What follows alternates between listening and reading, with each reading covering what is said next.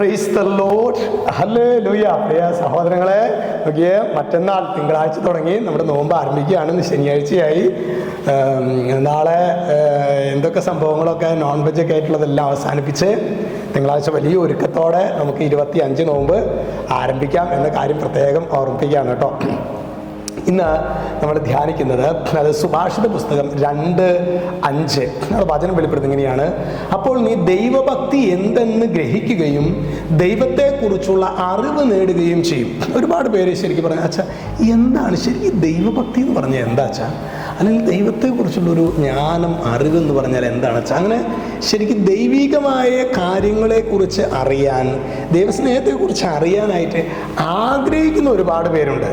ദൈവത്തിൻ്റെ മാറ്റമില്ലാത്ത വചനം 1, 2, 3, 4 വാക്യങ്ങളിൽ ഇതിനെക്കുറിച്ച് വളരെ വ്യക്തമായിട്ട് പറയുന്നുണ്ട്. നമ്മൾ ഈ ദിവസങ്ങളിലൊക്കെ ഹോംവർക്കായിട്ട് കുറച്ച് വചനഭാഗം 2-3 വാക്യങ്ങളെ വായിക്കാൻ പറയുന്നുണ്ട്. അത് വായിക്കുന്നുണ്ടാണ്. ഇത് കേട്ട വഴിക്ക് തന്നെ അത് വായിക്കുകയും 1 മിനിറ്റ് ധ്യാനിക്കുകയും ചെയ്യുക. പ്രിയ സഹോദരങ്ങളെ, കുഞ്ഞു കുഞ്ഞു കാര്യങ്ങളാണ് പറയുന്നത്. പക്ഷേ അത് നമ്മൾ നമ്മുടെ ജീവിതത്തിൽ പ്രാവർത്തികമാക്കാനായിട്ടുള്ളൊരു പരിശ്രമം നമ്മൾ നടത്തുകയാണെങ്കിൽ ദൈവം അത്ഭുതകരമായ വിധത്തിൽ ഇടപെടും. Price the Lord. ഞങ്ങൾ വാർഷിക ധ്യാനങ്ങളിൽ വേളയിൽ പ്രിയ ഓരോ ടോക്ക് നമ്മൾ എഴുതിയെടുക്കും. ടോക്ക് കഴിഞ്ഞിട്ട് നമ്മൾ ആദ്യ കാലഘട്ടത്തിൽ ഞാൻ വിചാരിക്കുന്നു എല്ലാ വാർഷിക ധ്യാനം കംപ്ലീറ്റ് കേട്ട് ശുശ്രൂഷയെല്ലാം കഴിഞ്ഞ് പിന്നെ വീട്ടിൽ പള്ളിയിലേക്ക് വന്നിട്ട് പിന്നെ ഓരോ ദിവസം നോട്ട് വായിച്ചിട്ടൊക്കെ ചെയ്യാമെന്നാണ് വിചാരിച്ച്. എനിക്ക് മനസ്സിലായത് നടക്കുന്ന കാര്യമല്ലാന്ന്. ഞാൻ ചെയ്യാറുള്ളൊരു കാര്യമുണ്ട്. ഞങ്ങളുടെ വാർഷിക ധ്യാനത്തിന് വൈദികരുടെ ഓരോ ടോക്ക് കഴിഞ്ഞൊരു ബ്രേക്ക് ഉണ്ടായിരിക്കും. ആ സമയം തന്നെ കഴിയുന്ന രീതിയിൽ, എല്ലാം ചിലപ്പോൾ ഓടിച്ചെത്തില്ല, എന്നാലും ഓരോ ടോക്ക് കഴിയുമ്പോൾ ജസ്റ്റ് അത് എന്നോട് എന്ത് സന്ദേശമാണ് ആ വചന ശുശ്രൂഷ എന്നോട് എന്താണ് പറയുന്നത്, ഞാനത് കുറിക്കാൻ തുടങ്ങി.